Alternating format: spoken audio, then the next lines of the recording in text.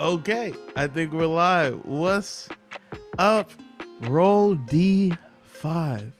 Welcome to a very special Roll D Talks Black History Month edition with me, your host, the one and only Tino Bambino. I am here joined by two lovely panelists. It was going to be three. We wish Calamity the best. Hope you're feeling better. So sorry. We're going to start off with our introductions here with Candace, the magnificent fellow voice-over actor, TTRPG performer, and GM. Thank you so much for coming aboard. Happy to be here. And you recently had your first game of RD5, I believe. Yes, Curvy Cryptids on Valentine's Day. I was Dope. Ben Marley, your local. I was in the chat for that. I was like, oh my God, another black person. Can I tell you the amount of typing that you did in that chat gave me so much life? Oh, good. That is generally what I do as well. If I happen upon another black person at a table and they're the sole black person at the table, especially, I go nuts in the chat to give a lot of love because that doesn't happen often. You want to We like replicate love the that. dopamine rush that you experience for that person? Yes, yes. I need you to know. Mhm. And of course, we also have the one and only vampire himbo of the Bordeaux Bureau of Investigation, Aetherius Bordeaux, mystery, thriller, horror content creator, and congrats on making Twitch affiliate recently. 5 seconds ago. Thank you. It's very, very recent. I appreciate that. Thank you so much. Clearly Tino's done his homework. He brought up the Bordeaux Bureau of Investigations, which was like a deep cut. Very appreciative. Yeah, I'm thrilled to be here. I'm super excited. Again, like selfishly, just being in. I'm still in a space where I haven't played with other black players, but just knowing, interacting, seeing other black players is very gratifying. So super happy to be here, excited to have this conversation, excited to get to know both of you. Yeah, I'm pumped. 100%. I mean, you're here now, baby. That's what it's all about. And even though they are not here, I am going to give introduction to Calamity, narrative designer, writer, and producer, founder of Telltale Hearts, a TTRPG production studio. Calamity, wish you could be here next time. Absolutely. Wish you well. Hope you're feeling better. But I, of course, am Tino Bambino, resident clown, full on shenanigan enthusiast, occasional TTRPG player. And today we're just gonna be chatting, man. We're just gonna be vibing, doing what we do best, a little bit of improv. I got an icebreaker for y'all. And I was so proud of this. This is actually a podcast topic. If there is a game, right, that famously in fiction, death and the devil will challenge, will try to take people's souls, and they will challenge them to a game to see if they can keep it.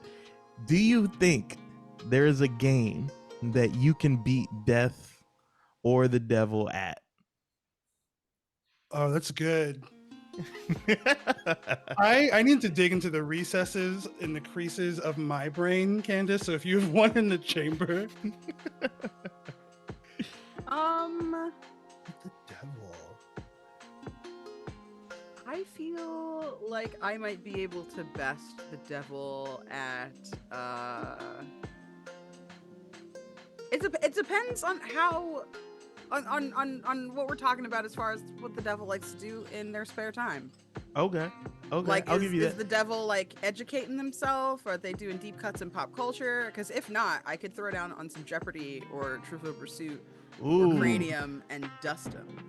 I think that's part of the scary thing is like there's so much mystery when you challenge the devil, right? Because he's like a Yeah. magical entity, you know. Right. So it's like damn, is the devil rocking with like Alex Trebek level like early Jeopardy trivia, or Like, I would hope that the devil was instead like, I only watch movies and TV shows that have like under a 50% Rotten Tomatoes score.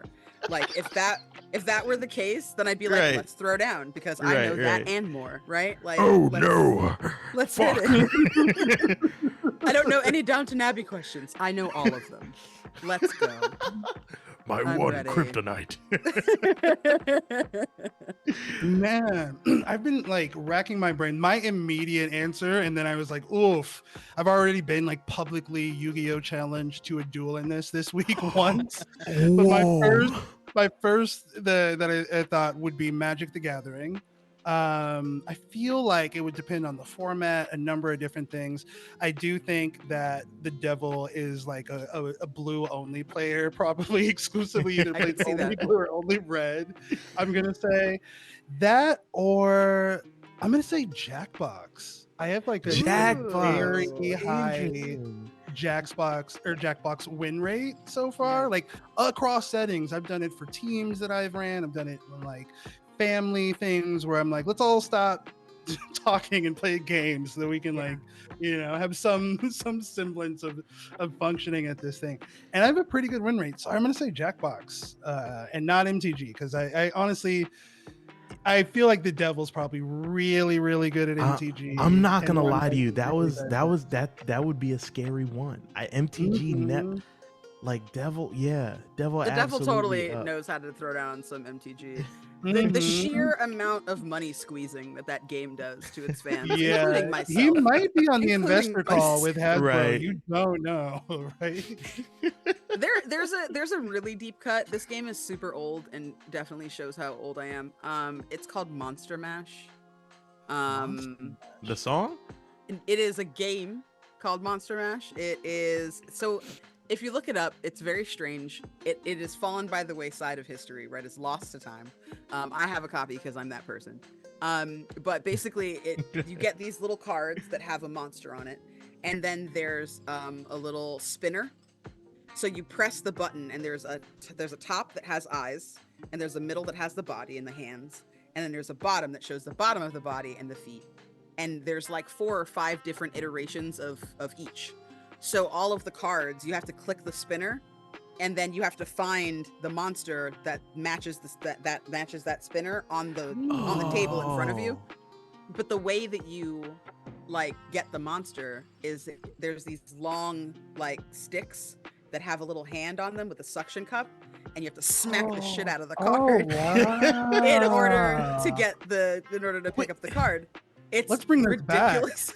Let's resurrect this. It is so much fun, and I have to say, it hits different when you're playing with black people than when you're playing with white people. Because black people, we always got to make it like fucking death super extra. game.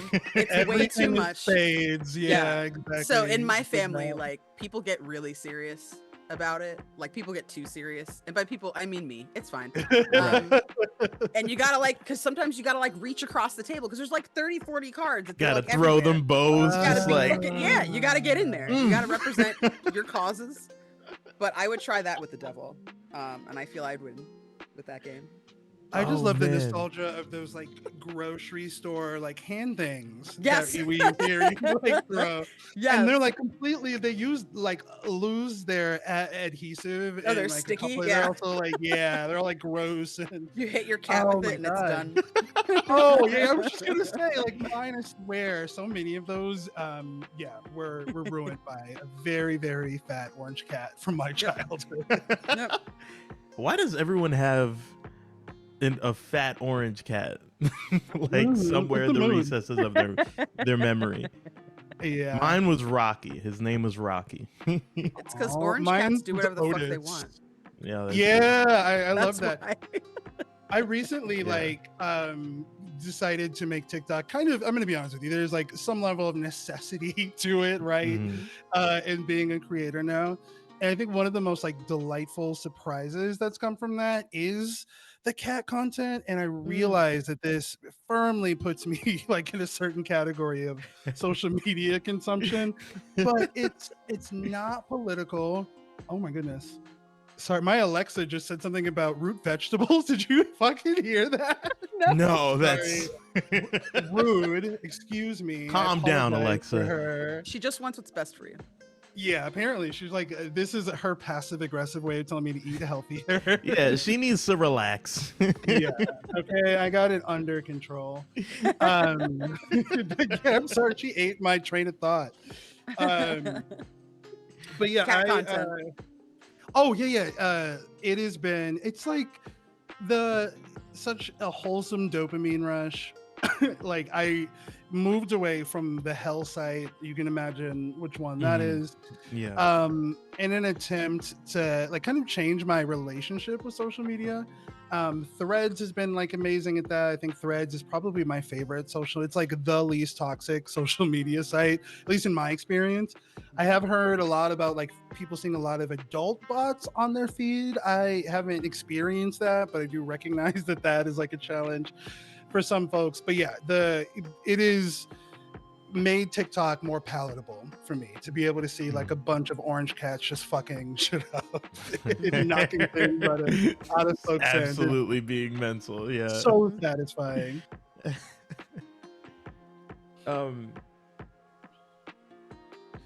Man, I think beating the devil in Street Fighter might be. Oh yeah, what's yours? Yeah. I thought it'd be funny if I just hop back into it. Honestly, I play a lot of fighting games, so if it's not Guilty Gear or Dragon Ball or Grand Blue or something like that, yeah, would it be wild to just be like put the dukes up? Like I just hop in the ring with the devil. I just box with the devil.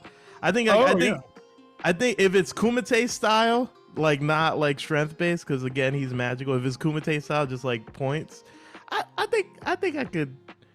I mean, the devil does have a lot of minions, which means he's not doing that work himself. He's not doing it himself. You know, he's probably got a dad bod, steady diet of cupcakes and the blood of his enemies.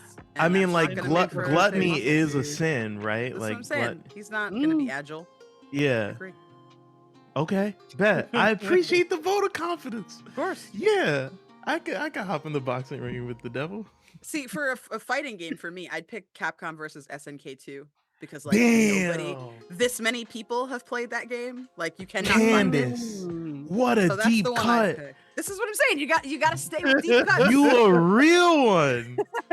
You a real okay. Capcom versus SNK2, personal pick. But you know, like I get it. That's what's up. Yeah, that's what's up. That mark of the millennium. It's that.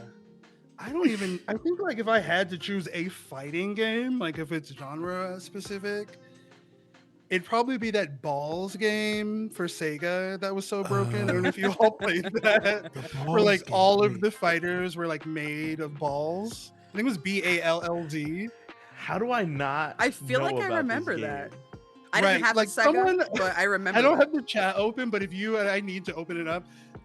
Confirm to me that I didn't hallucinate this, right? Like, let me know that this is like. Did he say BALLD? I'm almost Z. I'm almost certain. Like, let me. Oh, Aetherius, if you mess up my Google search. Oh yeah, you're gonna get on a list. Oh, it is.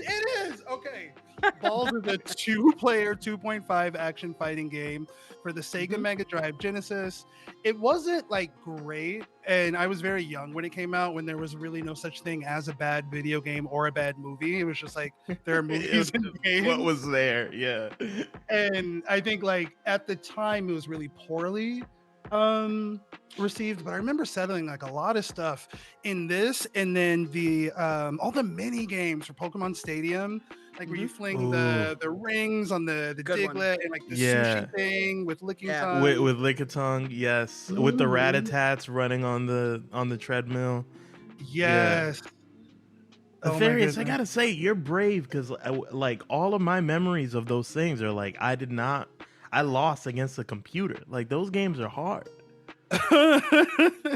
Yeah, I don't know where about that came from. I think it's like I have a friend who's like very competitive in like the national fighting game scene. And I feel like out What? of yeah, his name is Brian Ricardo. You can follow him. He's another creator of color. um and I feel like having like someone who's like that good at it out of like maintenance for our friendship and my mental health, and because I hate losing, I think I've just kind of pushed the fighting game genre into like a little sub corner of my Uh-huh. brain.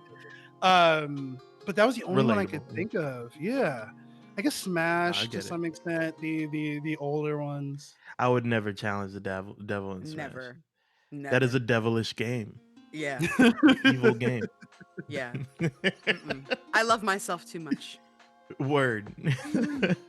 Shout out to um Calamity in the chat. So happy to see it's I you. Calamity. miss Feel you. Hope you feel better. I better. don't have the chat up right now, but Calamity, thank you so much for tuning in. and Next it, go it, round. And if you have anything to say, please know that you have first, like you are first billing. Like we will address what you're talking about, like you're here. Okay. We're gonna have to do another round of these like secret black people meetings in which Calamity can join us and be here for this. Secret Black People Cabal meeting. Yeah, Mhm. I like that absolutely. you're Black saying cabal. agenda. That sounds suspicious. It's good. I like that. Oh man. All right. Well, getting into it. What I really want to know. I haven't had the pleasure of being at a table with y'all, which by the way, it is like genuinely so nice when you get to talk with anyone, anyone black about playing tabletop, because it is kind of like it is like a not really like a black dominated space. I don't know about you, but I don't often find people like me. But like, so because of that, I want to know like what's your inspiration like when you play? Like what are you taking from? What are you I know for me, like there is if you know Dimension 20, there's a player there, Lou Wilson. I actually got to meet him in person. He's a great guy. He has the remarkable ability to take like the most antisocial characters, like in terms of how they interact with the world, like they're rude and they're really like they have these really antisocial tendencies. Like one had a gambling addiction, and he makes them really fun and honorable, it like fun for the rest of the table to get like swept up in the chaos. And that's a huge inspiration. Like that's always what I'm trying to do, is like I want to do antics, but I want them to be fun for everybody, not just myself. So yeah, I want to know like when y'all are playing, when y'all are doing your thing, what are you taking from? Do you want to go first, Candace? Sure. I don't. Ooh. My journey to TTRPGs has been a little different. I know a lot of people of color that have gotten in here because of people like Lou Wilson, because of Abria, Mhm. right? People that they saw that were doing things in a more kind of public streaming way. I actually came into TTRPGs in the back door. I was working at an advertising agency as a copywriter, and this guy that sat behind me, older white guy, his name is Carl. He was like, "Hey, you're a great writer. Like this is what you do for a job. Like, do you do anything like that outside? Like, what kind of books do you read?" And he had like his desk covered with all of these cool Funko Pops and Lego sets and stuff he put together. And I was like, "Well, I'm really big into pop culture. I'm really big into toys and things like that. And I when I write, I mostly write like horror or fantasy." And he was like, "Have you ever thought about playing TTRPGs?"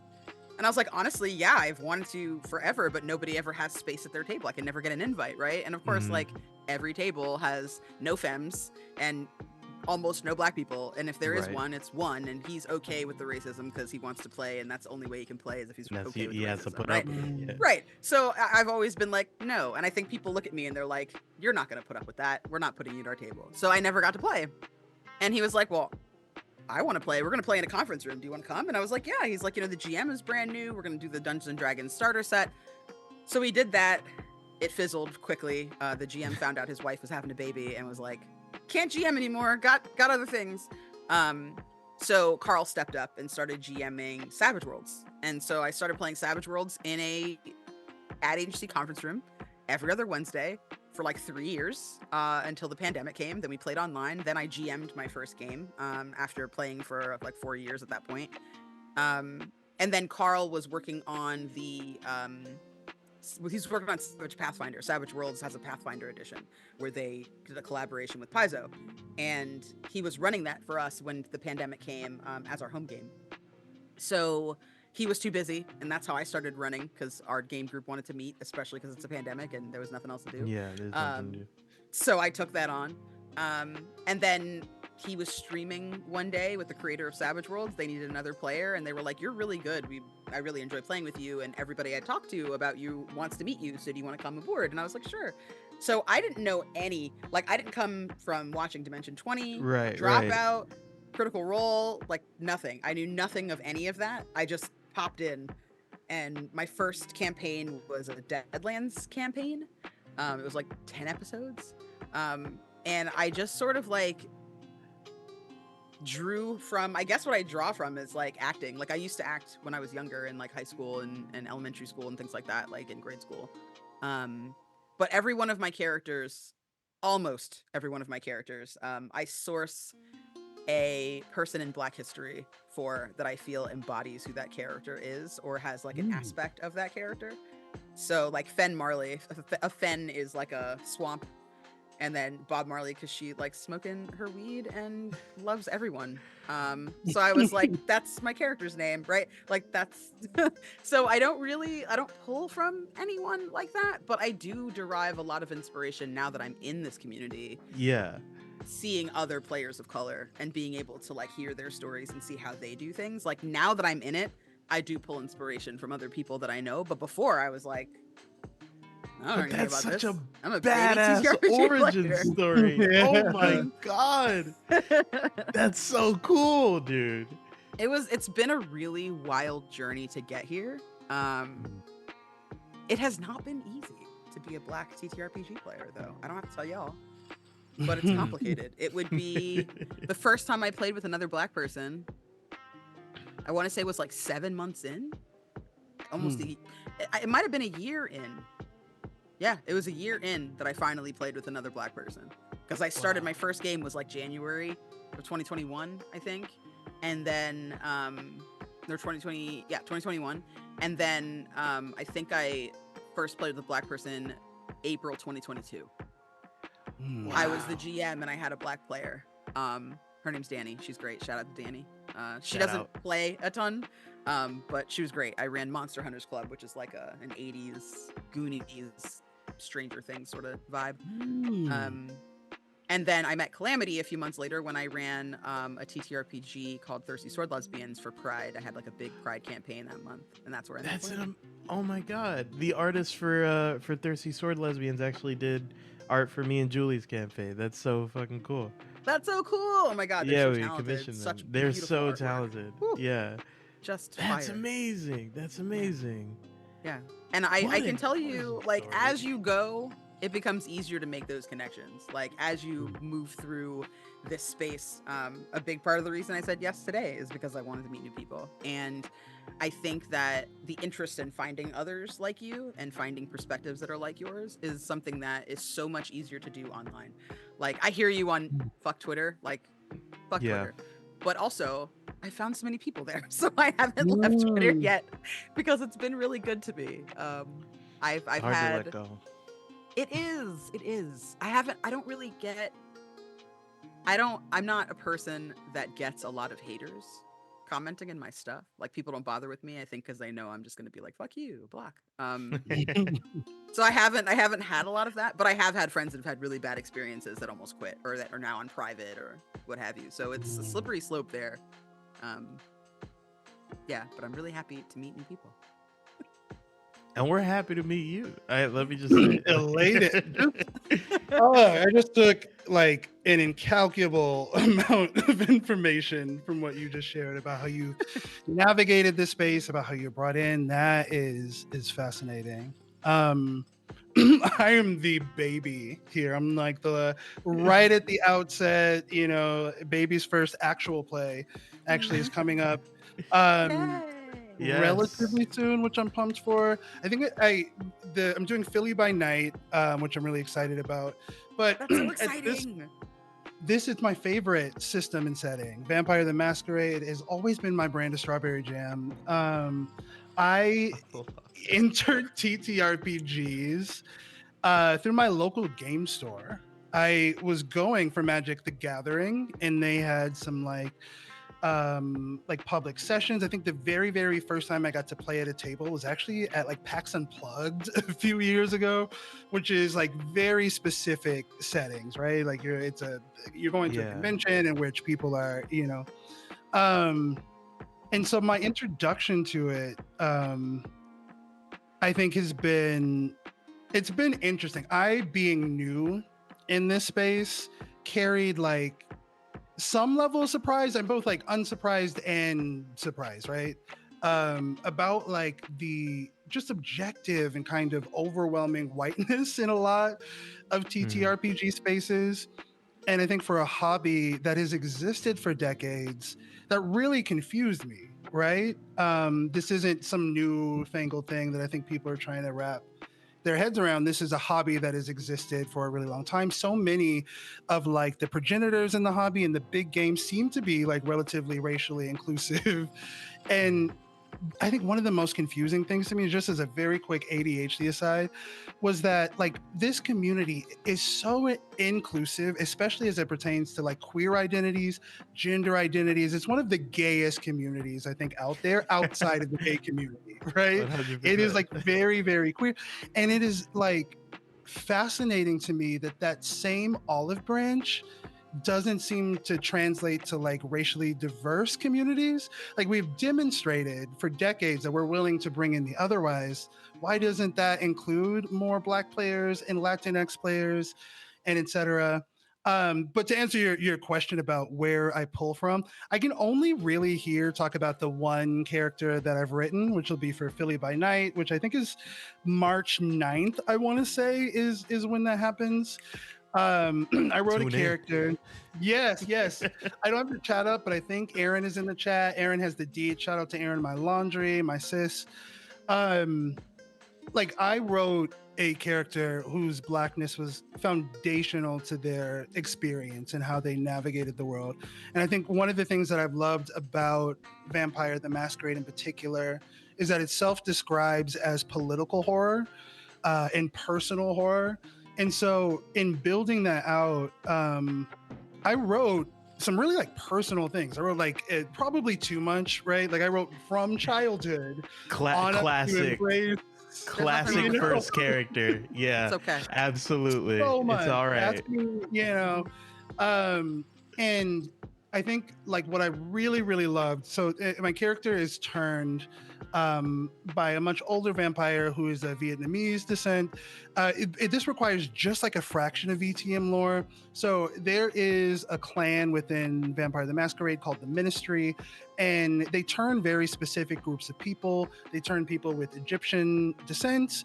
They turn people with red hair because they believe in the Egyptian god Set, and they think that Set had red hair. And then the third group, and this is the group when I learned this contingency of people, I was like, it's kind of how this character was born, is that they will turn vampires that have been identified for being embraced by other vampires. So once they know that like a clan is interested in someone, they will do what they need to do and like manipulate. And so I think for me, I pulled a lot of things that I thought I would be personally terrified of and put them into this story. Like my character is turned by their long-term talk therapist of many years. And as somebody who's benefited from therapy, I thought about like how horrifying that would be, not to just be like murdered by your therapist, but murdered, turned and then kind of thrown into the world. But I wanted to write definitely some strong Black women. I was exclusively raised by Black women. And it's there are, and I just spoke about this on being like not here, but in another interview. So this may be redundant from some folks, but it stands. A lot of the things that I respect the most about Black women, the tenacity, the strength, the resiliency, are so attached to a lot of like majority white stereotypes about angry Black women, and a number of these things that I think are really kind of culturally ingrained in us. And I wanted to not write Black women in this backstory that were perfect, that were, these angels who bequeathed upon the rest of the world, that came from a place of pure altruism and were only out to do good.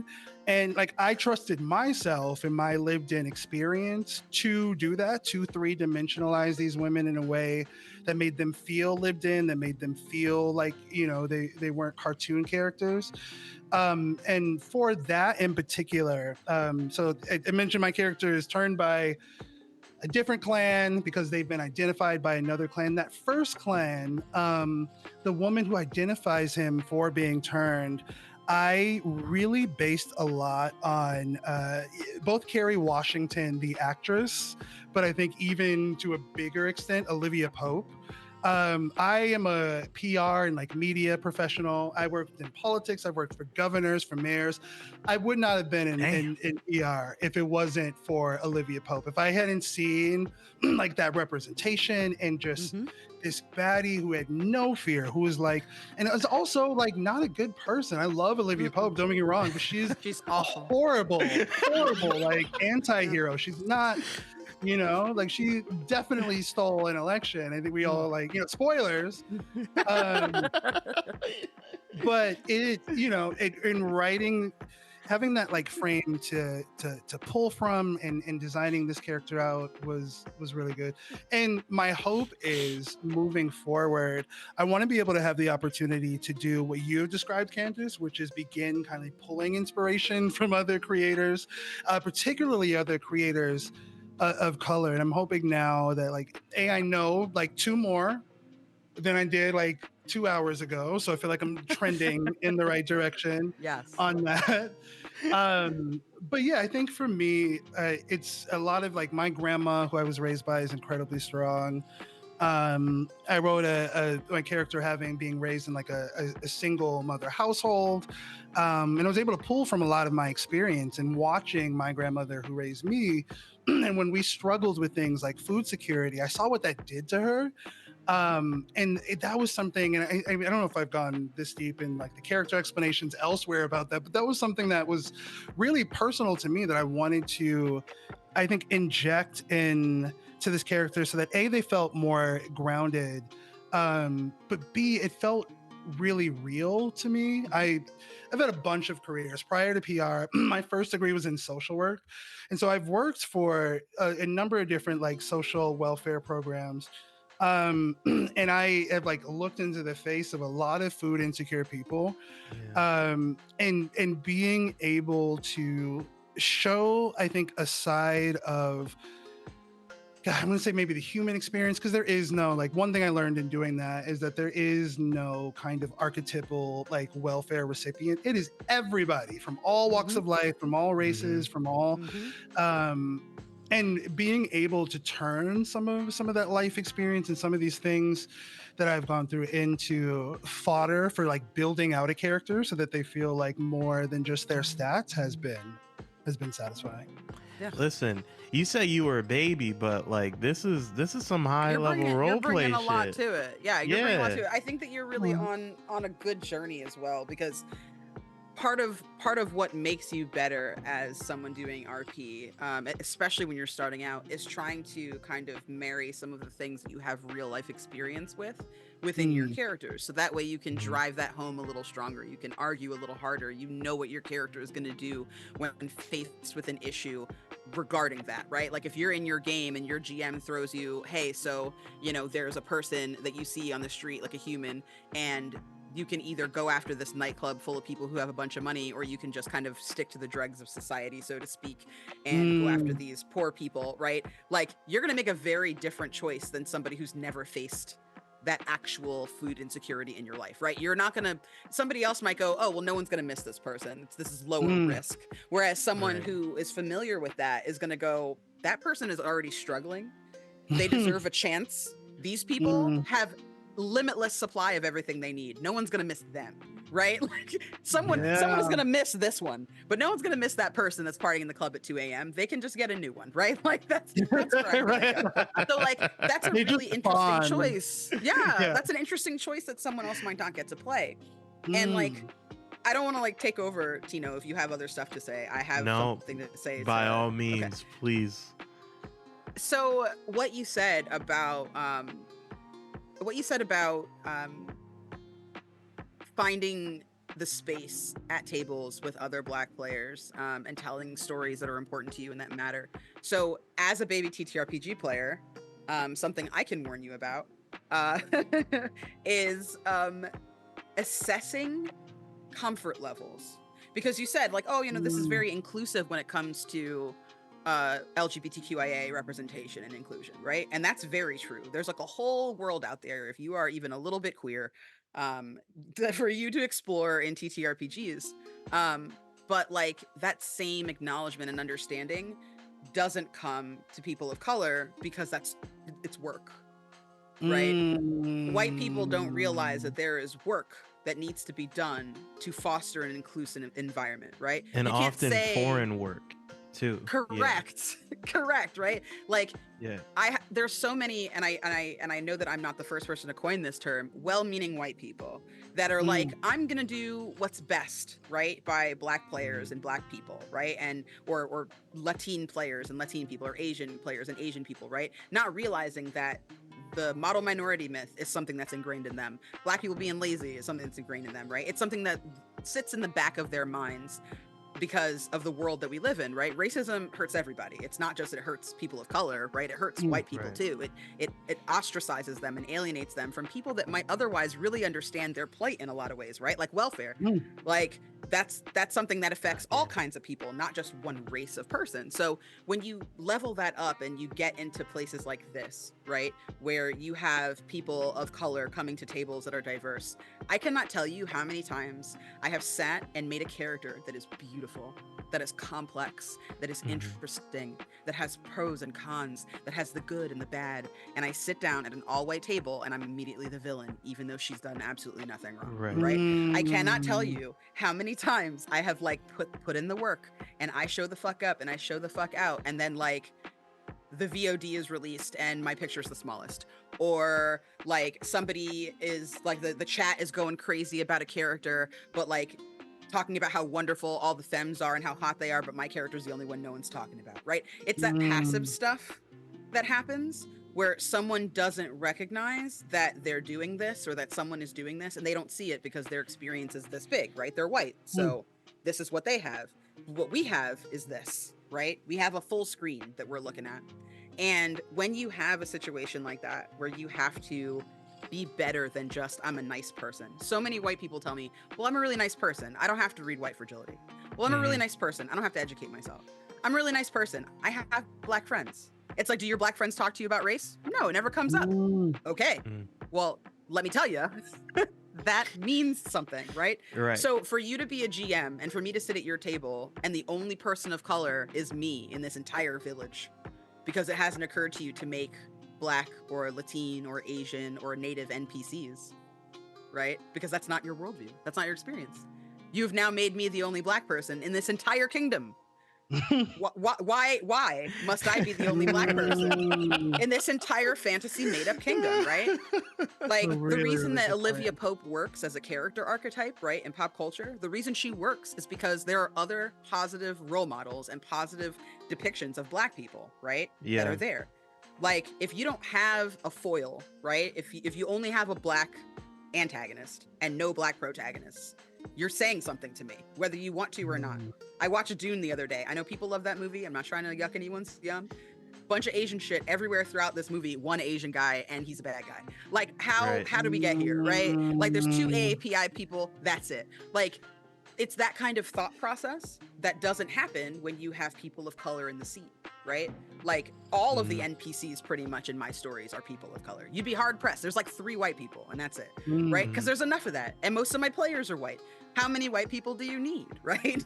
So for me, it's the inverse. It's the inverse because a question that is often tossed towards people of color, like how many black people? How many black people are we gonna have? Well, like, I've already got one, and I should probably get an Asian person, so we can have 1 black and 1 Asian person at the table, and that's it. Like, right? You know what I mean? And they think, oh, that's not racist. I'm inclusive. I'm a nice person. I mean well. I did a nice thing. And it's like, sure, but are you trying to understand me, or are you trying to appease me?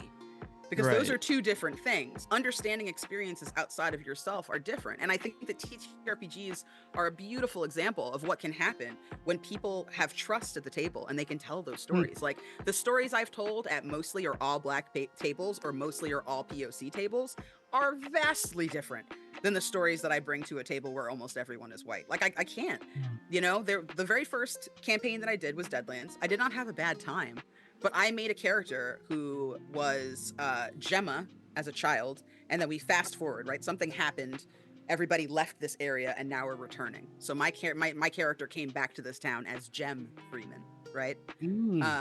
Has long locks in his hair, has a cowboy hat, right? Like, I wanted to talk about the black trans experience as a non-binary person, right? And what that means for this person coming back to their hometown after all these years. People recognize them and they're like, why do I know who you are? And him just tipping his hat and kind of going on his business, right?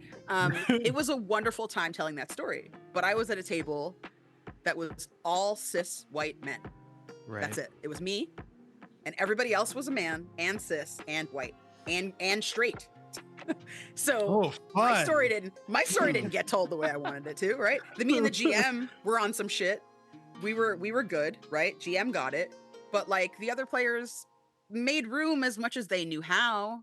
Right. But they're not going to give you what you need to actually tell your story. And I think a lot of white people, even though they're well-meaning, they're well-intentioned, they're not outwardly racist, they're not passionate about anti-racism, right? They're not passionate about equality and equity, which is different than equality, right? Like, they're not passionate about those things. It's not enough. I would add anti-blackness to that as well, because we discuss racism a lot, and I think it's very easy to touch on this, but I think particularly the African-American experience, the Black experience of folks who are descendants of United slaves, that kind of anti-Black rhetoric exists onto itself. And I think you touched on this earlier, is so kind of ingrained and conditioned in us, right? Even in the Black people who live in this, but also like across culture. I do want to touch on something that you brought up earlier, particularly like about the Black creator space.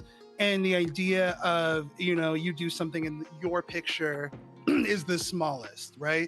There's a lot of these things that I feel like that are more insidious in nature because they are more silent, because they are like not as, they don't shine as bright as some of the like easily identifiable examples. And I agree with you. I think this, like, I haven't been in this community for this long, but I can guarantee you this. If it was just up to Black players in the TTRPG space to make a more welcoming TTRPG space, to create a magic door through which more Black people and more people of color and more people from any race, and it would have happened. It's not the lack of like desire, engagement, talent, capacity, wherewithal.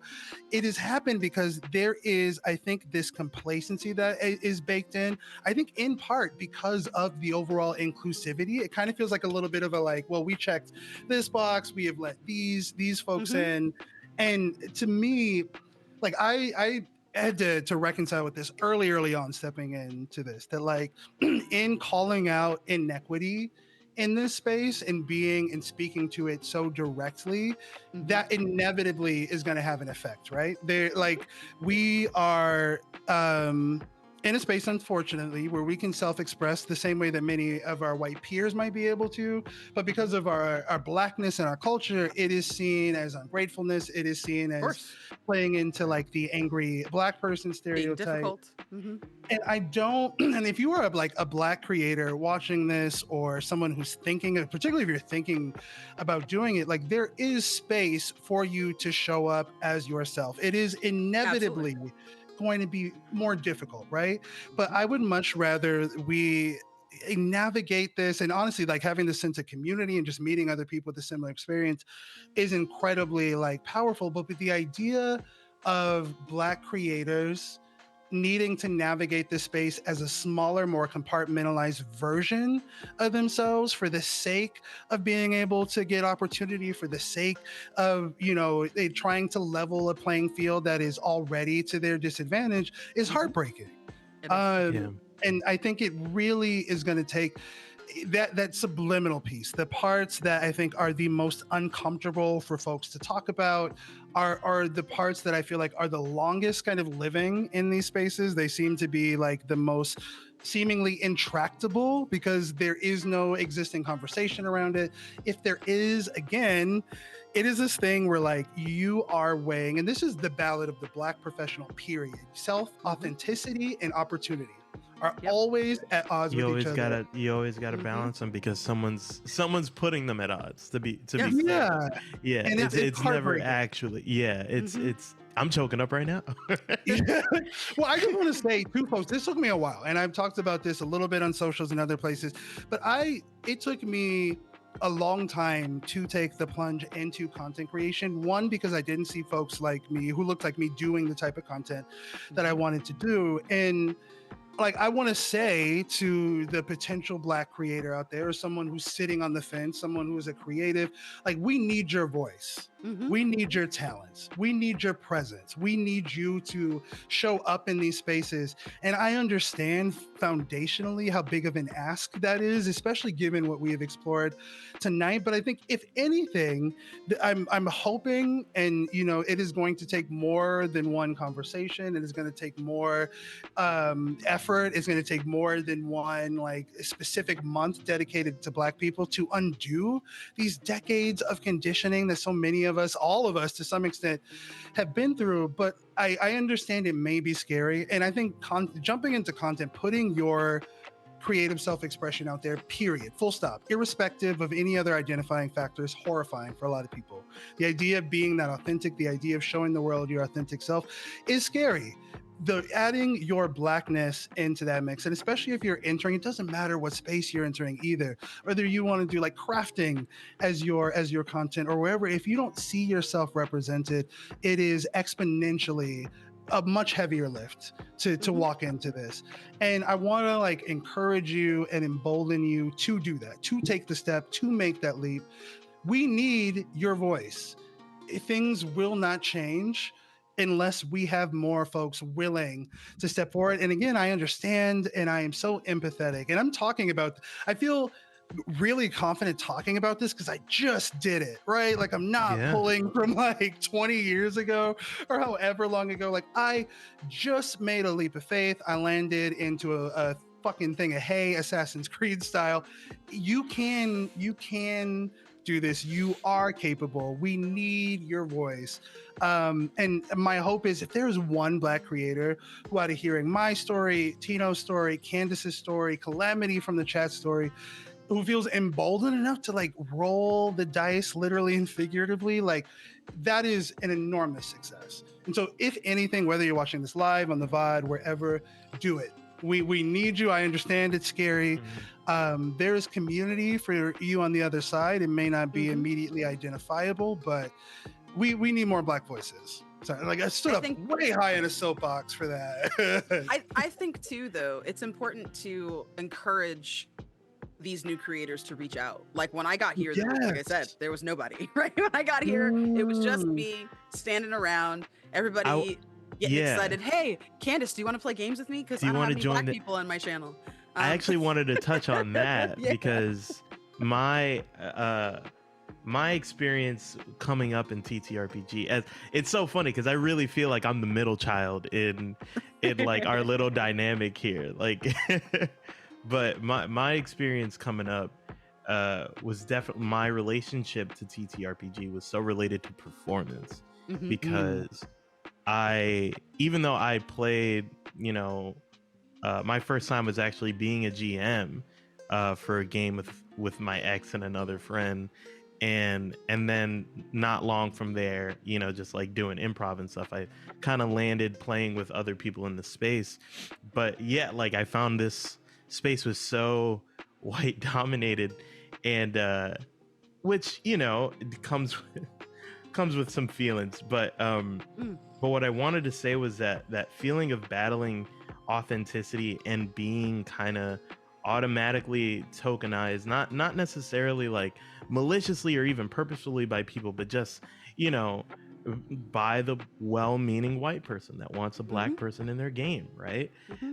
What I found myself was having this feeling of, I feel like this is kind of extreme, but you know, we know what minstrel shows are, and I cannot, to piggyback off of what Candace was saying, is like reaching out to people who look like you, reaching out to other black creators. Something that if I could give advice, something that I really wish I did very early on, because like I said, this was a very white dominated space, and since my relationship to tabletop is so related to performance, it always kind of felt like I was performing for a white audience, and that was and is extremely, like, well, it's exhausting. First of all, Yes, it is so exhausting, and it is demoralizing. It makes me, yeah, like in the realest sense, it makes me not want to do this. Well, it's You because know? your audience is learning, Right. but so much of a burden is placed on you to educate, because you know that they're going to take what you are doing as What like, I'm as doing bond, right? as the Oh thing. my god! And, like, Yeah. you I just automatically like, Yes, and we're all here on your notwithstanding, shoulders, right, exactly. all the ancestors. Yes. And notwithstanding like my own identity issues or whatever I'm going through on top of that, whether that's as a black creator, as an Afro-Latino creator, as like, am I representing what I need to represent, you know, because ultimately you cannot control what other people take from what you do. And I could not help but feel like, you know, like, oh man, is what I'm doing performing too much black, like, am I overperforming? Like, I just started over analyzing every single thing that I did, because I didn't have someone in the trenches with me. And this goes for any, like, obviously, like, you know, this is a very specific thing, performing, content creating, whatever you may call it, but this extends to professionalism on any discipline, right? Like, this you'll find the same thing in engineering and STEM and in science and politics. Like you need to find a community, you need to build a community, because what happens is, if you don't, your identity is going to take the hit, right? Like that burden is going to take its toll on you. So I think, like, first and foremost, the first thing you should do is something that I wish I did, and still wish I buddy.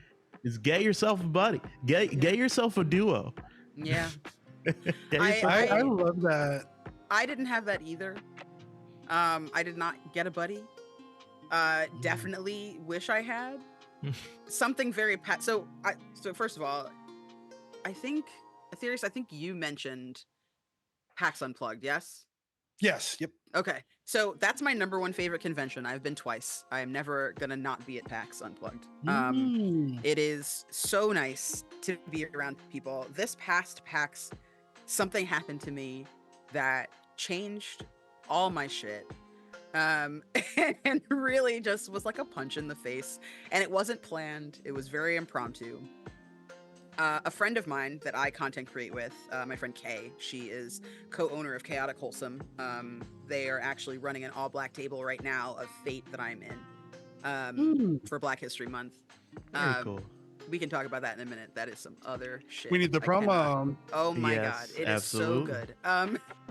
So she was invited to Dungeons and Dragons had an official party the night before PAX started, and as a content creator, she was invited, and she was like, like one of the things that I've done, Godplane, you were in, you really made a difference in my life, and I'd love to invite you to come to this and network and meet people and stuff. And I was like, of course, like we're close friends as well. So I went to this Dungeons and Dragons party with her.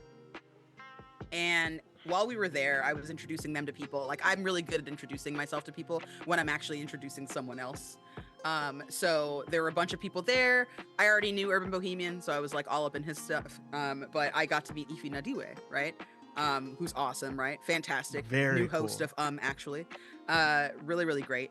So or Game Changers? I can't remember. But anyway. No. So, You got it right? right. I'm actually, yeah. So I'm there and I'm like feeling real bold, right? I'm feeling really emboldened. I'm like, you know what? I'm gonna go outside on the patio. I'm feeling bold. I'm talking to a bunch of people, right? I'm seeing famous people everywhere. I'm like, hey, what's up? How are you doing?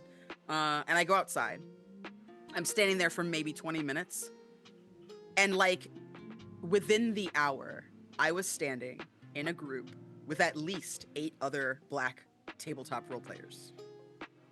It was myself and 8 other Black people. Oh my god. All hanging out, standing around in this covered patio at this random bar in Philadelphia, having a very serious discussion about what it is like being a Black TTRPG player in the year of our Lord 2023. That is and I'm like amazing. looking around at these people. I Right? love that. I've seen them on the internet. I am familiar with them in some way, right? Calamity was there. Shout out to Calamity. Calamity was there. There were some That's people like I the knew. Black Panther ancestral plane. Yeah, That's that's what it felt like. It was wild. I didn't know what to do with myself. Like, I'm standing there, I'm talking to Logan, the DM, right? And I'm just like, me and Logan, just hanging out talking. And then Calamity and Jade came over, and I was like, just me, Calamity, Jade, and Logan. And then Ambrose came over, and I was like, uh-oh. And then Duval King Jacob came over, and I was like, what is going on? And then, like, more Black people came out, and were like, oh, hey, what's going on, fam? What's good? Oh, it's good, right? Like, everybody's just standing around like, how are you doing? Yeah, that's good. Like, just cashing up. It was like a weird cookout in the middle of this otherwise not super diverse area of people. And like, to Dungeons and Dragons' benefit, to their credit, I will say they did invite some very ethnic people. It was a nice mix. A friend of mine used to say trail mix. It was very much trail mix. It was lovely. So that part was really good. Very diverse environment, but it felt so good. And I think like maybe an hour into the conversation, someone went, sure is nice talking to Black people, huh? And all of us were like, we didn't want to say it. We didn't want to, but we kind of did want to say it. This is really good. You know what I mean? So then like some Asian folks came over and joined the conversation. And then it was just this big like bubble of POC just kind of like chilling in the space talking. And like, it was so healthy and so positive. I belong to a community. I am very recently a moderator in this community and part of their kind of board. I'm still kind of getting my wheels on the ground for Apocrymatic Unlimited. I worked with them last year for Pride. I ran Thirsty Soul Lesbians for them. And they are an all POC TTRPG group. Utopia is another one, all POC TTRPG group that tends to be a little bit more involved with overseas folks. So if you're looking for a space that is for you as a person of color, I definitely recommend that. That's more of like a social community. They also do streaming and they host games and things like that, but it's mostly just like a support community for people who are in this, that are doing this. And they're really wonderful people, really fantastic folks over there. And then there's more and more studios that are popping up, like Nameless Domain, Bad House, Fey Wild and Out, right? There are a lot of little like kind of startup groups and channels and things like that that are grounded in principles of inclusion, right? And of people and promoting the stories of people of color. And I've found that, I mean, I'll game with anybody, you know, if you come to me and you seem to at least have a vague grasp on the world that I live in as a Black person, and you're nice, I'll give you a shot, right? I'll give you a try. I'll come in. But like, if I'm gonna stay, you have to demonstrate to me that you get it, that you understand, right? Chaotic Wholesome. When I go on Saturdays to this all Black table, Kay is a white femme, right? Kay is a white Mhm. person, very wonderful ally. They don't want to enter that space because they don't want to have to feel like because of their presence there, we are policing what we say. And now the game tastes a little different, sounds a little different, right? We're not telling our stories authentically as we would if everyone were black. So David, who's the other half of Chaotic Wholesome, he's the producer. He gets up at 5 o'clock in the morning because he's on the West Coast. He gets up at 5 a.m. to run tech and sound and audio for us and make our show the best it can be. Like, that's passion that I don't think I've seen other places. You know what I mean? Like, Yeah. that's love and that's care and that's attention to detail that is hard to find, especially, you know, when you know that it's another black person, right? So I think that, like, finding a buddy is such great advice because I cannot tell you how bad it hurts to show the fuck up as who you are, as yourself, give your all, and then have someone just flat out disrespect you. Especially because a lot of the times when you get disrespected, that person's not gonna know they disrespected you. They're gonna think that they did the right thing, right? They're gonna think that they were kind and that they were nice and that, you know, they were inclusive because you were at the table, right? Like, they don't recognize the weight of that, right? Like the weight of being a person of color, not just black, but a person of color, and someone messing up your name. That's something that all people of color, we all know about that, right? Like, my name is Candace, and I still have been called the wrong name. And it sucks every time it happens, right? Because someone assumes that I have a name that sounds different than they expect for some reason. Wonder what it could be. When those things happen, right? And you're just by yourself dealing with that, that fucking sucks. You have no one to talk to about it. You have no one to go to about it. You have no way of decompressing, right? Like, I feel like in those moments, if I had had a buddy, it would have made my life so much easier. And I think, like, advertising is very similar. There's very few black people in advertising. And when I went into that, I'm not afraid to go into spaces that are mostly white. Like, I'm here to bust your shit up. I don't care, right? Like, I'll sit all up in your meeting and be extra black with my arms crossed. I don't care, right? But like, heavy mood. It didn't occur to me, same with when I was coming in here, right, with TTRPGs, it didn't occur to me that it would be that different. Right. But what happens is you get into that and something not so great might happen and you go to raise your hand about it and someone tells you you're overreacting and you're like, that's not good. And then it starts to chip at you little by little. There is a strength that you have to be a person of color, or a black person especially, in this industry. And if you don't have that strength, that's okay. If you come in here and it's too much and you can't take it and you only want to play with other people of color, find those groups, ask for help finding those groups from anybody that you might see. Absolutely find those. Yeah. And stick to that. Don't stop what you're doing. Yeah. Don't quit. So many people quit because it's hard. I feel like that's a big reason why we don't see as many people, because there's only so many times. I call it charity, when I am a black person at a table that is all white people, right? I do my charity like 3-4 times a year, right? Where I give my charity, I show up, I do your game, and then that's enough for me. I did one on Halloween. Oh, that's charity. Killer. It was me, one older black man, right? He's used to it, right? He's used to the nonsense. Not used to the nonsense. A lynch mob showed up in my game. Oh no. Now, granted, luckily I was the only black person in this village, so I wasn't in danger, because there were no other black people. But you don't say a lynch mob, homie. I don't care if they're coming for a white guy. Don't say lynch mob, bro. That's gonna give me some very serious feelings. And I had to leave the call. I was like, oh no, my internet. Click. Like, had to dip. Couldn't stay. But this is what I'm saying. That guy, he doesn't think he did anything wrong. Right. Even if I talk to him about it and I waste my time educating him, which, like, so many people in this community are going to make you an educator whether you want to be or not, right? Like, that's your default setting. You are going to educate people even if you're not trying to. But, like, that moment for me, I was just like, why am I here? What am I doing here? You could have been playing a game or been off tonight and doing something so much cooler than this. Like, why did you give that time to these people? Like, I was trying to be nice. And if I kept doing that with nobody, with no one to talk to, with no one to pull aside and be like, girl, right? Like, if I kept doing that, it's going to burn your candle out, you know? You are literally talking to something that, like, is so deep in my core lately. Like it is so, you actually, going back to something that you said earlier that I never even realized, I've been going by Tony my whole life because I was tired of people saying Antonio. I was That- so fucking tired of people, and not like to the point where I didn't even say Antonio the way my name is said. I started saying Antonio, and I was like, man, I fucking hate that. I'm Tony Yeah. from now on, and that is so fucking real. Yeah. That is so real.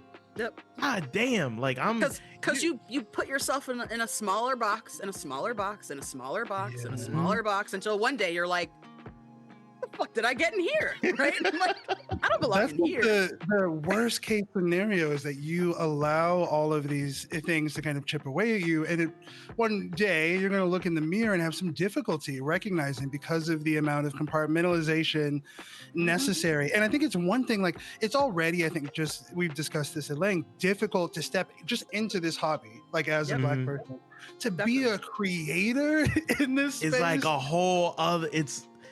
I mean, again, it goes back to the level of professionalism, like that performance, right? Like when you are a Black person in a space that is white dominated, if you don't find a way to protect your identity, it chips at you. Yes. You know, and it can be hard. It can be hard to see that it's happening to you. Yeah, like it's something that you wake up one day and you're like, fuck.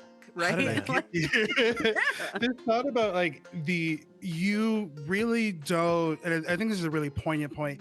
There is really no consent in you being a cultural educator, right? Correct. Like I definitely think there are times where you can step into a space and you are leading with your Blackness and you are there with like some intentionality, but the idea of just through sheer tokenism having to navigate not only like, you know, and this is supposed to be fun, by the way, right? Like you're doing this because you're it's supposed a hobby. to be able to leave reality behind and enjoy your fantasy world. No. And now you're like a cultural ambassador for all Black people, and that is like definitely a lot, I think, to put on somebody's shoulders. And to me, as somebody walking in to this space, I'm like what you all have shared, I think is like I'm taking a lot from that, because I am realizing like I don't really, I think you two and then one other Black person that I can think of off the top of my head that I know that's like I would probably even put in like an acquaintance category,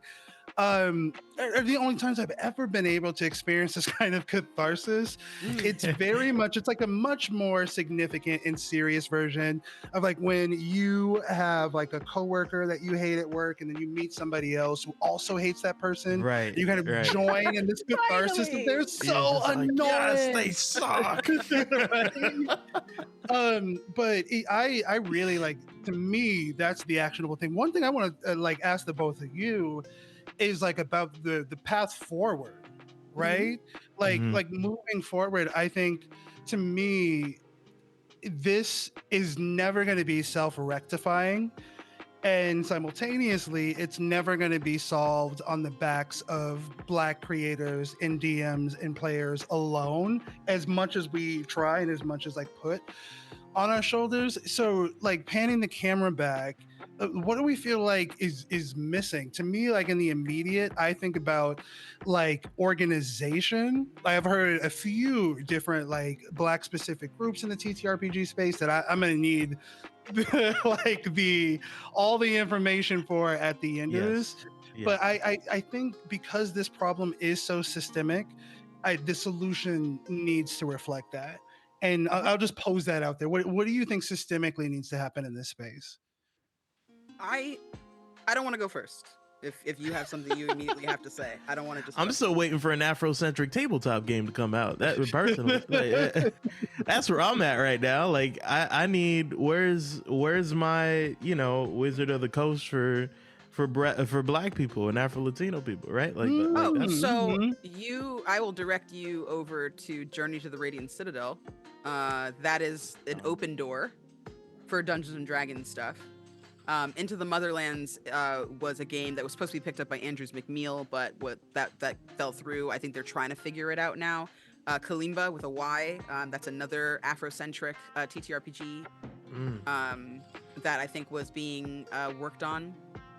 So I think the answer to your question for me is there's a balance that needs to be struck because I think like when I talk to people about my experience, and I recently had this on a more personal level, where I would talk to somebody that I was close to about my experience, about what I've been going through, the amount of work that I have had to do to get to the level that I'm at, and to get to the amount of notoriety, I guess. I don't know how you quantify things in this industry. To get wherever this is. And I don't think that so I'm going to say people of color understand this, but specifically like non-black people don't understand what it takes, right, to get here, to stay in this, to stay telling these stories, to stay trying to apply yourself, to stay trying to share parts of yourself and give of yourself to your community and your performances. A lot of people don't know like what it takes, right? What it costs you, the emotional amount of cost that it takes you, because it takes a lot emotionally to play TTRPGs and to tell intentional storytelling, right? To do intentional storytelling, like to bring those stories to life, especially if it's not like just a silly, funny game. Like that's gonna take both heart power, right? Emotional energy and mental energy in order to do that. Like at the end of a game, sometimes I just cry because I'm just like, ugh, like it's a big release at the end of all this emotion that's being poured out, right? Especially for a game like VTM, right? Or something that's going to be a little darker or heavier. Shout out to Transplaner for telling an all BIPOC story. That is fantastic. Connie Chung is the GM over there. Very inclusive, wonderful shit, just great. But I think what has to happen is POC engagement, us joining hands and lifting each other up and making spaces and making room for each other, because we understand, maybe not exactly, right? One of my closest friends is half Scottish, half Korean. I have no idea what it is like for them as a POC, right?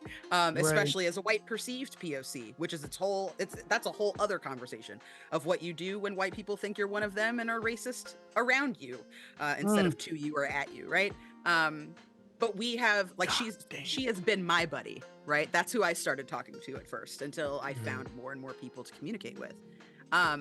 But I think that the first step is POC looking out for POC, and I think we're seeing that right now. If you look at a lot of these spaces, it's all of us banding together, and then white people going, "Oh shit, this is really cool," and then supporting that to uplift and elevate, right? Like a Transplaner. I would argue that's like the best example I can give of an all POC production.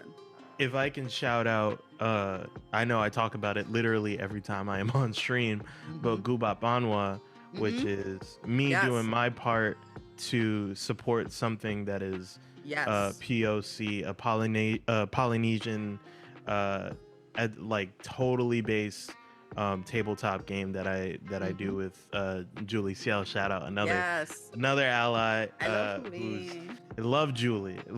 I've only been in one game with them, but it was wonderful. One of my closest friends, man, like, and they're constantly looking out for me. They're constantly lifting me up and finding, and you know, and I'm happy to give that back too. So that is another game that I could think of. Guba Banwa, just off the top of my head. Love that. That's what I'm saying. Like that uplifting. Last year, 2023, I was a judge for the Ennies.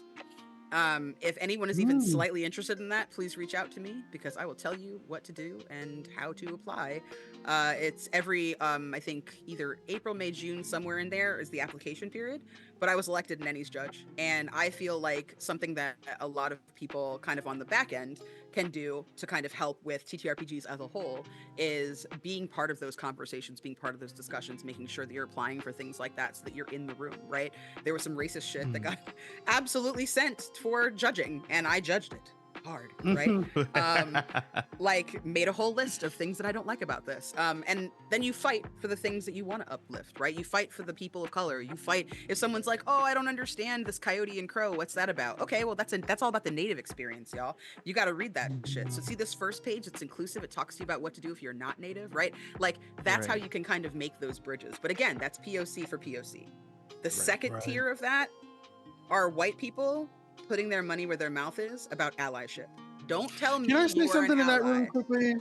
Yeah. I feel like I want to talk about this. This has been something that has Yes. been like on my chest. Mm-hmm. I really want to speak again to the quote unquote like well-meaning white person. I feel Mhm. like there is this misunderstanding that in order to engage in conversations about race, that you need to know everything. Like I've spoken to people that I know that are genuinely compassionate and empathetic and feel like a sense of hesitance or reluctance in engaging in these kind of conversations or in doing some of the things that we have discussed this evening because of a perceived lack of knowing it all. They don't want to show up in a Sure. way that is embarrassing. And to that, I want to say there's something foundationally human about that, right? Like being Sure. wrong or embarrassing is always, but I want you to juxtapose like the uncomfortability you would feel in that moment with the authentic experience of actually being on the end of racism. Right? Mhm. Like you're maybe stumbling in a conversation. If you approach conversations with humility, if you're asking questions, Yes. that's huge, right? Like there is not this Absolutely. expectation that you need to have completed like a master's program in No. anti-racism. I think if you are someone who considers yourself an ally, who feels like challenged by some of the things raised tonight, just know that like that kind of cultural humility and cultural curiosity, to take it a step forward, Yes. is something that we can feel that, right? That Yes. authenticity. You do not need to know everything to join. So I really want to challenge folks. If you are a white person, if you are a well-meaning white person, I want you to challenge yourself and be self-reflective about how you've shown up in conversations about race, particularly ones that make you feel icky, right? And again, Yes. Yeah. juxtapose that kind of icky or uncomfortable feeling that you feel in talking about something that you maybe don't know to what we have laid out here tonight. The feelings of inauthenticity, of rejection, of self-compartmentalizing to an extent to where you begin not to recognize yourself. Juxtapose that potential uncomfortability with the weight of those experiences. Mm-hmm. We, Mhm. again, if this was something that was solvable by just black creators, just black DMs, just black It'd be players, done. it would have been done. It would have Yep. been done ages ago, right? I just really want to frame that because I know, and I'm from like a Midwestern state where that is like a huge issue. And so I want Mm-hmm. to encourage folks, if you have felt at all challenged by any of the perspectives or points of view brought up this evening, I really want you to push past that, right? Like this is the only way any of this is going to change in any significant capacity is if people outside of those of us who are either like tokenized or cultural ambassadors or dealing with the plethora of experiences we've described tonight, it's gonna we need more. I appreciate folks showing up. I think that that is an enormous, like first step in the right direction is even having the self-awareness to identify potential like prejudice or Mm-hmm. racism. I don't want to belittle that step. That's huge. Good for, like that is a very big Takes step to courage. take. It does Sure. take genuine And courage humility, to right? To yeah, say that and like this is humility. something that I'm dealing with. But we need you to step up, Yes. right? If anti-racism is a value of yours, I need you to actualize that value and not advertise it, right? Like That I need to see you walking show the me. walk, and that Yes. means having these Man. uncomfortable conversations. Yes. Because we are uncomfortable all of the time. Oh my god. That is our default setting. Our default setting is right. That's what it is to be black in America, right? It's Big that. right, like always uncomfortable. So come down here and be uncomfortable with us just for a little while. Yeah, And if it just for a doesn't go little bit. well, we'll get through it together, friend. It'll be all right. We'll work it out. Especially if your When you have intentions are people good. like offering this kind of open invitation, and I'm hoping that there will be some. You don't need to know everything. I don't need you to, be able to do all that stuff. Just show up. Show up for it. Beautifully said. It goes such a long way to know that someone is interested in being better versus as going, I'm gonna white savior this and just slam dunk it. Problem solved. What do you think? The confidence, the absolute confidence. Yes. What I would give. Right? Oh my Can you God. imagine What I would how give. different your life would be How- if you were that sure? How different I would be if just no anxiety making some of those decisions. Oh boy. I know we've talked about a lot here. I want to make sure that we're getting absolutely everything that we want to get out. because I know we're going not overtime because we can go however long we want to fucking go. This is my goddamn show. But I want to, check in, make sure everyone's still doing well, make sure that, we handle everything we need to handle before we sign off. Yeah. Yeah, I feel good. I just I've tried to make like several call to actions here. I want to return to the first one that I made, which is this kind of open letter to the Black creator. Again, if it is something you're weighing, you're thinking about, if you're on the edge, as someone who is very, very close to just having been there. Like again, I don't need to expend a lot of empathy to meet you where you're at in that sense. I get it. And I understand that it is not a small ask to ask people to step.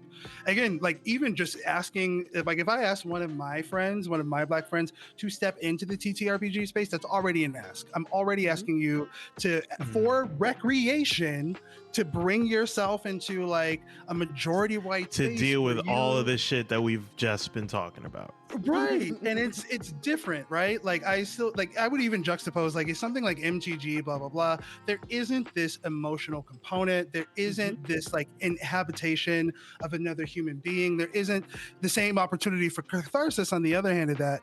But like if I took away anything from today, it is to make more connections with Black creators, to experience what Candace has been talking about. Like the idea of that is this conversation within itself has been really cathartic. So I don't want to like self-volunteer everybody else that's on the screen, but like I reach out, if you are thinking about it, like please connect. We need your voice. We need your perspective. And if you're thinking about it, and if you're right on the precipice, make the leap. There are those of us who you can't see beneath the fog of war, who are waiting for you, who are fucking pumped, who are excited to have you step into this space. I understand it's difficult when that isn't visible, when it's hard to rely or count on a resource that you don't know about, but that's why you need to step up and step in, It's a lot to ask, again. And I think, Candace, you really raised this. Like, if your threshold is that you want to step into this and exclusively play at POC tables, that's fine. There is nothing wrong with not wanting to deal with a lot of the stuff that we have described, again, in a recreational hobby. Like, I get the idea of not wanting to do, but if this is a space in which you envision yourself, if you have the passion for writing characters, for DMing, for the acting in actual plays, take the leap. Again, you can't see us all the time, but we are here. And the more of us that there are, the more visible we all are, and then the easier it is to ask folks to make the leap I'm asking you to make. So do it. We need your voice. Candace, please, if you have anything to add. I can only co-sign everything that was said. It is not easy, but things that are worth doing are rarely easy. So I think that sharing those perspectives, because that when someone is looking for diversity and there's none, someone's going to be like, well, where is everyone? I have such a hard time finding them. Don't be hard to find. Show the fuck up. Be here. Be loud. Be like, hi, I'm talking about stuff on Twitter. What's up? I posted about it. I did. Yes, I did. It's not the easiest thing to do, but it's so worthwhile. And the connections that I've made and the conversations I've had and the people that I've met up to and including this conversation tonight have changed my life, whether it's a little bit or a lot of it. And to me, life-changing things are rare. But every time that I find myself in the space of other people that understand what my life is like and what my existence is like, it validates who I am and everything that I'm doing. And there is no better feeling than that. So like, if only for that feeling, to know that you're on the right path, to know that what you do actually does fucking matter. Aetherius was just saying, he was in chat for Curvy Cryptids. Yeah. I can't tell you what a difference that it made to be able to look over and see somebody hype for my character. Like that makes a difference. Knowing that something that you are doing is connecting with somebody. Like, I'm pretty sure if you ask Lou Wilson about his characters, one of the things he's gonna say is, it gives me so much joy to know that there are Black people watching me that are like, yeah, right? This man gets it. He understands it. I see myself represented. out right? 100%. Like he shows the fuck up for all of us. I show the fuck up for all of us. You two show the fuck up for all of us, right? We're not a monolith, but that doesn't mean that we can't like show up for each other and represent for each other and look back, right? Lift up. I got a cool paid job that was for the kickstarting of a new system called Islas. It was all these huge like Twitch partners that were in the cast, right? I met Urban Bohemian doing Godplane, which is a really cool campaign that I did in 2023, 22, somewhere in there. And it's really great. If you look it up, Godplane. It's a D&D homebrew. But he was cast in that. And during that time of working with Urban Bohemian, I was like looking at him. I asked them, I'm like, hey, do you stream video games too, right? And they were like, yeah. And I was like, during the pandemic, did you stream that game about the little red-haired girl with the glasses she's like a Clue person? He's like, yeah, I did. Why? And I was like, so I watched you during the pandemic, and the reason I wasn't afraid to stream was because I saw you. You're queer, you're non-binary, you're black. That representation changed my mind. And when it came time for me to decide whether or not I was going to keep up with streaming, because I got that first leg, I got that first chance, and it was great. The second chance came right after it with the same exact people. I might have kept with that group and that group only, but I branched out partially because of Urban Bohemian, right? And here I am now in a game with this person, right? A peer with this person. I'm at a table with him. I am telling a story with them that is powerful, that matters to me, right? And then when it was time for them to do this other gig for Islas, they couldn't do it. They knew me, looked back, reached back, and extended their hand to put another black person in that seat. And I got paid for that. That was a paid game. It was a paid campaign. 17 episodes, I got paid because one of us was like, you know who I know? I know somebody else that can be in this seat. Always look back. Always turn around and offer your hand to the people behind you. 100%. That is, you just touched on something, that generational approach to Black excellence, this idea, and this is another thing that sits on our shoulders. I need to acknowledge that, but I think that there is something like remarkably significant and about not only being able to bust through a door, but to hold it open for the folks behind you. And I think that like we need to, I'm going to be honest, moment of vulnerability here, y'all. I have recognized the hot 4% of the names of like people of color in this space that have been referenced tonight. When you, Candace, talked about going to PAX Unplugged and seeing this thing where there's like 8 or 10, I'm like, you know, I would say like a solid maybe like 66% of the Black people that I know in the TTRPG space are on this stream. I met them today. Look at Candace with the other one. But like to me, much of that, and I feel like, I don't know, I'm very threads based and that is kind of like my jam. And I'm wondering if it, but the idea that I feel pretty immersed in the TTRPG space to a sense, and that I have heard of none of this and have been referenced to like none of this, I think speaks to that central. So this idea that we need to stick together. We are not a monolith, but we can stand as one, right? We are not one thing. We are not one. There is no like archetype that we all follow, but this idea of like creators of color, the unity there is something that I definitely took for this. I'm going to be like in both. I whatever socials you are, and I'm sure they're in the chat, which I haven't been looking at. Like I look forward to getting to know both of you, because this has been amazing. 100%. And I'm thinking about like if this was like twice of us, right? Like if there were 6 Black people sitting here, like this has been this cathartic. Like, oh my god. Yeah, I can't imagine. Yeah. This has been insane for me as someone that like I mentioned earlier, that just hasn't had the pleasure to have this experience, you know, so far in my career. I don't, that's an icky word. But as a TTRPG performer in this space, right? Like, so I mean, thank both of you. Thank you so much. And Calamity, thank you. You're here even though you're not here. We love you. Thank you so much. My biggest wish, I have a way more selfish biggest wish after this conversation, and it is just that like I can I can be that little bit of a flashlight to that black creator that's thinking about coming into this space. You know, like just seeing me feeling a little bit more comfortable interacting and being a part of this space. You know, that's Absolutely. I think that's what we all want. I'm going to be even more selfish and say I am waiting for the table that the three of us play at 100%. eventually. Oh, it's coming. It's coming. Best believe. Yeah, on the way. 100%. I am hoping for more. I'm not officially affiliated with Roll D5, but I'm going to say every opportunity I have to attend one of these secret Black people meetings, easy. Of Easy. I will course. clear my schedule. to The show up. cabal has been created. The meetings Yeah. are on the Yes. Into it. but folks, I think that's a wrap on this special RD Talks. This has been like amazing. Like I've choked up almost 3 times throughout this whole talk. Thank the both of you.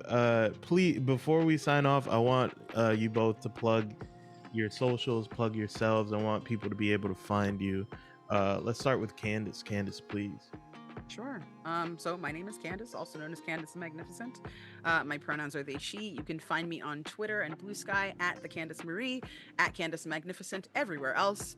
I am sort of a streamer. I'm trying to get back into that, but mostly I do TTRPGs and voice acting. If you follow me on social, you'll see a bunch of my projects.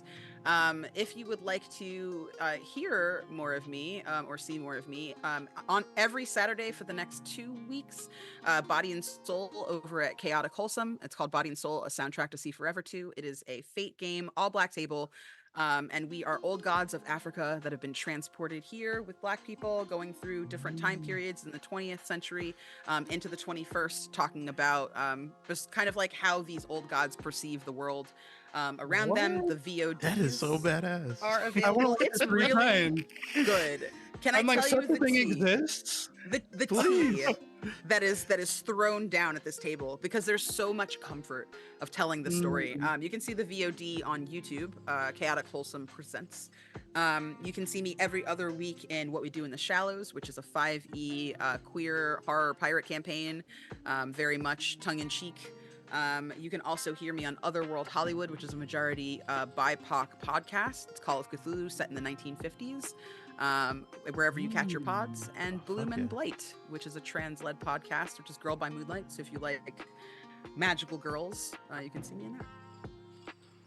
Ooh, we love the we resume. love. Okay, I do a lot of know stuff. I'm the CV. The CV. And if you like Three Black Halflings, March 11th, I believe, I'll be on Just the Humans channel raising money for Palestine with Get Jeremy the Cobb fuck as out. the GM. Yo, What? I've arrived. I feel like I've arrived. Jeremy Cobb is gonna GM for me. I'm over here like, Yo, oh my god. hooray! 3 Black Halflings affiliated? Get Yeah. out, sis. Yeah. Okay.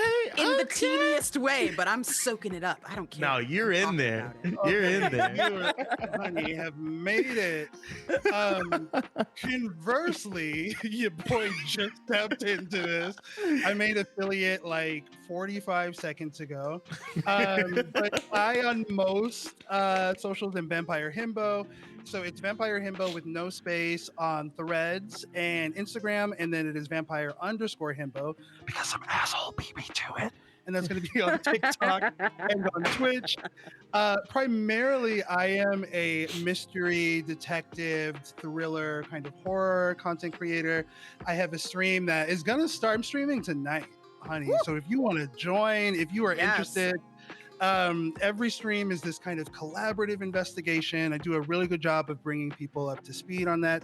You can check out the VODs for that, Vampire_Himbo.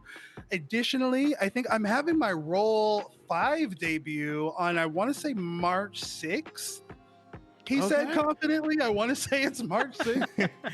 He said with vigor and confidence. Yeah, I'm looking on. If I have that wrong, to my good sis on in the chat, let me know. But I think it is March 6th.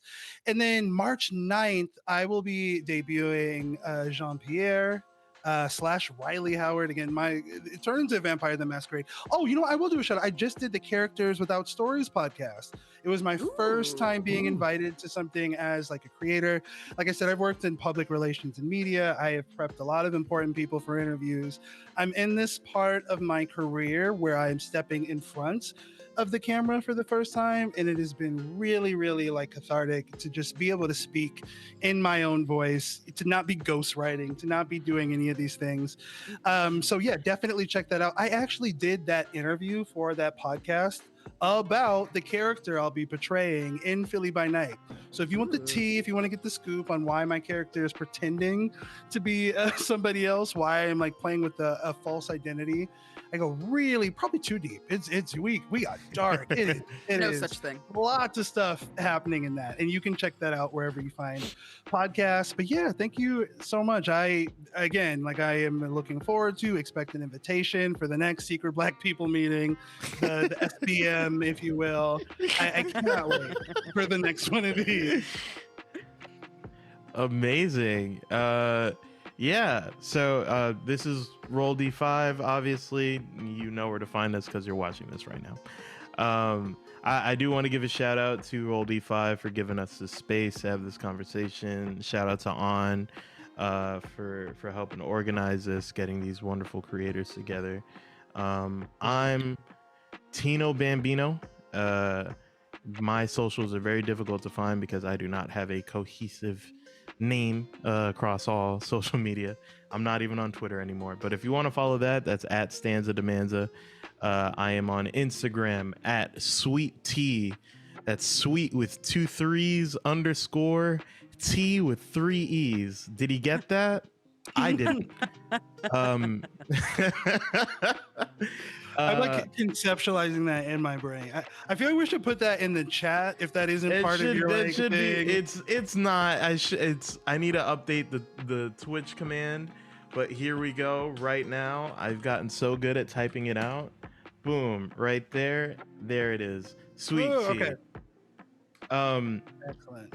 And finally, if you want to watch my fucking dumb YouTube videos that I made with my friends, you can see that on Spicy Pinata on YouTube. Everyday Nothing Special podcast on Apple Podcasts, Spotify, wherever you find that, if you want to hear my improv with my dumb friends. And I love you. There's a little kiss for you because I love you so much.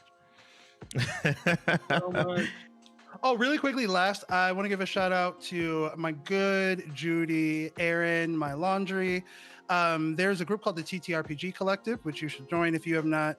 I am working with Aaron, and in the coming months, I'm going to be helping launch a diversity-focused effort out of that, which I'm hoping will work to actually take some actionable steps to bringing more Black and brown faces into it. So shout out to On for this opportunity. Shout out to Aaron. I think without making some of the connections that I have made, like with other creators, I wouldn't be sitting here, talking to you all about this. So happy to have met both of you. I look forward again. Check the table that we'll all be at in the chaos that will ensue from that. Yes. 100%. All right, everybody. Well, that's it for this stream. Thank you so much for watching. We'll catch you next time. Come hang out with me on my stream in like 30 minutes. Bye. Golden Aetherius Bordeaux.